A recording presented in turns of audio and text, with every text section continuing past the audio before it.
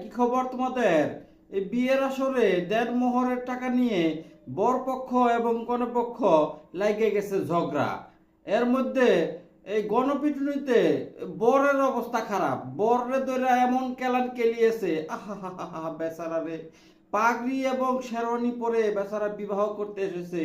বিবাহ করতে আইসা এমন কেলানি কেলিয়েছে, পরে পুলিশ তাকে উদ্ধার করেছে। ঘটনা হইল, কনে পক্ষ এবং বর পক্ষ 1,20,000 টাকা দেনমোহর ধার্য করে। পরে নাকি বর পক্ষের মত উল্টিয়ে যায়। বর পক্ষ কয় 5,000 টাকার 1 টাকা বেশিও দেনমোহর আমরা দিতে পারবো না, 5,000 টাকার বেশি হইলে আমরা এই বিয়ে মানি না।